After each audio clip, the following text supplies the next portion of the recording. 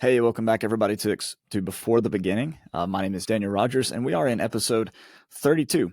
And we find ourselves in Acts chapter 3, which is nestled between Acts chapters 2 and Acts chapter 4. In both Acts 2 and Acts 4, Peter affirms that the crucifixion of Jesus was something that had been planned from before the beginning. The translation might be a bit dubious. There's some questions on the manuscript and how this particular passage should be rendered. But there is a passage in Revelation that talks about how Jesus is the Lamb of God slain from before the foundation of the world, or from the foundation of the world. And so there is a sense in which the cross of Jesus is just revealing the kind of self-sacrificial, kenotic love. That's from the word kenosis, used in Philippians chapter 2 to talk about Jesus emptying himself. This is the same kind of sacrificial love that God has always been, that has always characterized the Father. You can't have that love, though, without an object of that love. And thus, we have the Trinity, Father, Son, and Spirit. One of the problems with just believing in a singular being that is known as God that isn't the Father until Jesus is born, or however it works, or he's the first creature, or however you think that works, is because it means that God isn't love, that God isn't relationship, that the base note of creation is separation, is loneliness, is individuality instead of community and fellowship and relationship and love, right? And so Jesus has always been self-sacrificial. He's always had this mind of selfless love because, of course, God has always had this mind of selfless love because the Father loved the Son from before the foundation of the world, as John chapter 17 talks about. Okay, so here we go. Acts chapter 3, verse 18. Peter is going to continue in his sermon here talking about what God has been up to since before the beginning, and this has been testified to by all the prophets. Now, here's what I think happens in this passage. I recorded this already, which is why I'm wearing a different shirt, but I decided to re-record it because I was a bit clumsy in my presentation. So he says, "But the things which God announced beforehand by the mouth of all the prophets, that as Christ would suffer, he has thus fulfilled." So he's setting us up for what's coming up next. The things which God announced beforehand by the mouth of all his prophets, that as Christ would suffer, he has thus fulfilled. So this was announced by the prophets, but it was known, as we saw in chapter 2 and chapter 4, before the foundation of the world. And I think what Peter does next, in verses 19 and following, and there's disagreements on this, trust me, is that he takes a step back, looking through the eyes of the prophets, one in particular that we'll notice here in a little bit. And he's saying, here's what's happened through Jesus. Pay attention.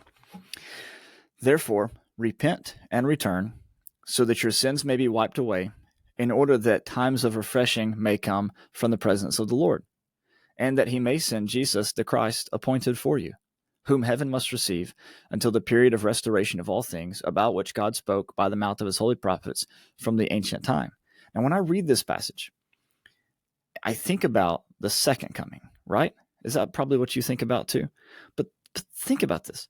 What if Peter is standing in the shoes of the prophets and he is looking forward to the time of Jesus and he's saying, you've heard that the prophets have said this, and here's what it is. Boom, that you need to repent and return so that your sins may be wiped away, so that times of refreshing may come from the presence of the Lord.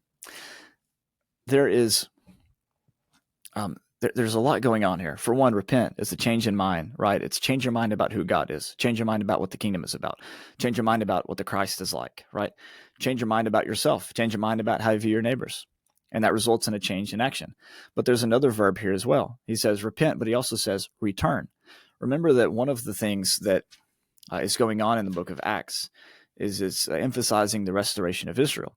Way back in Acts chapter 1, he talks about how Jesus told the disciples about the kingdom of God for 40 days. And then before he was ascended into heaven, the disciples came to him and they said, "Lord, is it this time that you are restoring the kingdom to Israel?" And this is a significant idea here, the idea that they're restoring the kingdom to Israel, because that is in their mind the restoration of all things. And Jesus responds, as you know, it's not for you to know the times, the seasons, right? But they're looking for the restoration. They're looking for the restoration of all things, and they think that's going to be fulfilled in restoring the kingdom of Israel. Okay, And so that's on their mind here whenever Peter says repent and then also return, because it has to do with the restoration of Israel. Like it has to do with them returning to the promised land, not literally the soil in Palestine, right? But the promised land is in what Abraham was looking for, the heavenly country. This is returning to a right relationship with God. This is renewing the covenant that they made with that the angels made with the fathers on behalf of God, as Stephen talks about in Acts chapter 7, and as Malachi indicates in Malachi chapter 4. Okay. He says, so that your sins may be wiped away. Now, isn't this the message of John the Baptist? Repent, for the kingdom of heaven is at hand. In other words, repent for the restoration, the time of refreshing. Repent, for it's at hand. The Messiah is on his way, right? He says, repent so that your sins may be wiped away. Again, echoing the teaching of John the Baptist, in order that times of refreshing may come from the presence of the Lord. He's going to baptize you with the Holy Spirit and fire, is what John the Baptist said.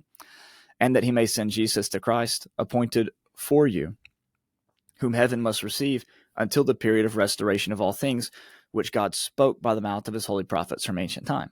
Now, we've already read in Luke where Jesus considered that he had fulfilled what the prophets had to say about himself through the death, burial, and resurrection. We saw that in Luke chapter 24. There's another passage, though, I want to point out to you outside of Luke's gospel. This one instead is found in Matthew. It's in Matthew chapter 17.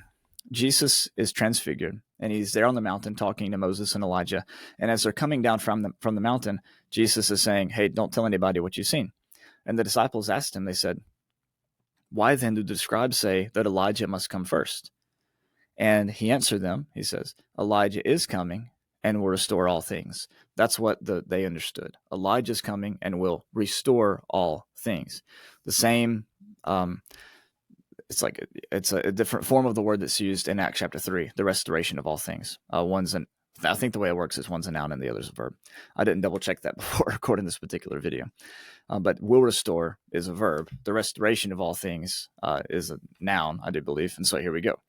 He says, but I say to you, verse 12, that Elijah already came. In other words, the restoration of all things has already begun. It's already been put into motion.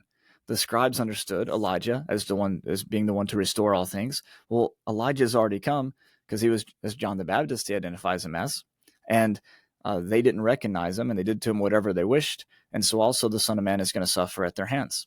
And so what Jesus is saying here, in effect, is that Elijah's already come. The eschatological program has already been initiated. The restoration of all things, like the kingdom, is already close by. It's already near. It's already at hand, however you want to interpret that idea. And so when he says here that heaven must receive Jesus, the Christ, the one appointed to them, appointed from before the foundation of the world, from before the beginning, until the restoration of all things. Well, that's already happened. That's already happened through Elijah. And who follows after Elijah? Well, it's none other than Jesus. And he says this is something that God has spoken about through all the holy prophets from ancient time. And so how I see Acts chapter 3 is Peter standing in the shoes of the prophets, particularly John the Baptist in a sense, and saying, okay, this is what you've expected. This is what you've anticipated. He identifies Jesus as the Christ that was appointed for them, that they're waiting for. And now he says, basically what he's saying is, okay, the period of the restoration of all things is now upon us. And there's a few reasons why I interpret it this way. Now, it's because that seems to be what Paul is saying in Ephesians chapter 1 when he talks about the summing up of all things in Christ, as he goes into in chapter 2, this being accomplished through Jesus' death, in which he tore down the middle wall of partition. You think about the reconciliation of all things by the cross in Colossians chapter 1, 2 Corinthians chapter 5, reconciling the world to himself. You think about just all the different passages that we studied from 2 Timothy 1 and 1 Corinthians. All those identify the cross as the central time, as the time in which all these sorts of things would be fulfilled. It's a time of the restoration of all things. And the restoration of all things, by the way, is we see that they're particularly interested in the restoration of the kingdom of Israel, right, in Acts chapter 1. But Jesus actually gives them a much larger mission than that throughout his ministry. It's not just those in Jerusalem. It's not just those in Judea, and it's not even just those in Samaria, but they're to take this message into the uttermost part of the world. And as the book of Acts unfolds, it becomes exceedingly obvious that this was a worldwide gospel mission that was meant to go to everybody, not just the Jews, not just the restoration of Israel, but to Jews and Gentiles alike, Jews and Greeks alike, as sometimes Paul talks about. And so people like Cornelius or the Philippian jailer or all of the pagans who worshipped in Ephesus in Acts chapter 19, all of those people were welcomed into the covenant community to be a part of this because, as Isaiah predicts, is an easy thing for God to restore Jerusalem or to restore the Judah and Israel, but it's something else for God to include the Gentiles in on that program as well. So the restoration of all things is indeed the restoration of all things, not just one tribe, not just one nation, but a time of refreshing, a time of renewal that has been accomplished through Jesus' death and resurrection and is announced in the glorious good news of his Son. I'll catch you in the next video where we'll finish this passage. God bless.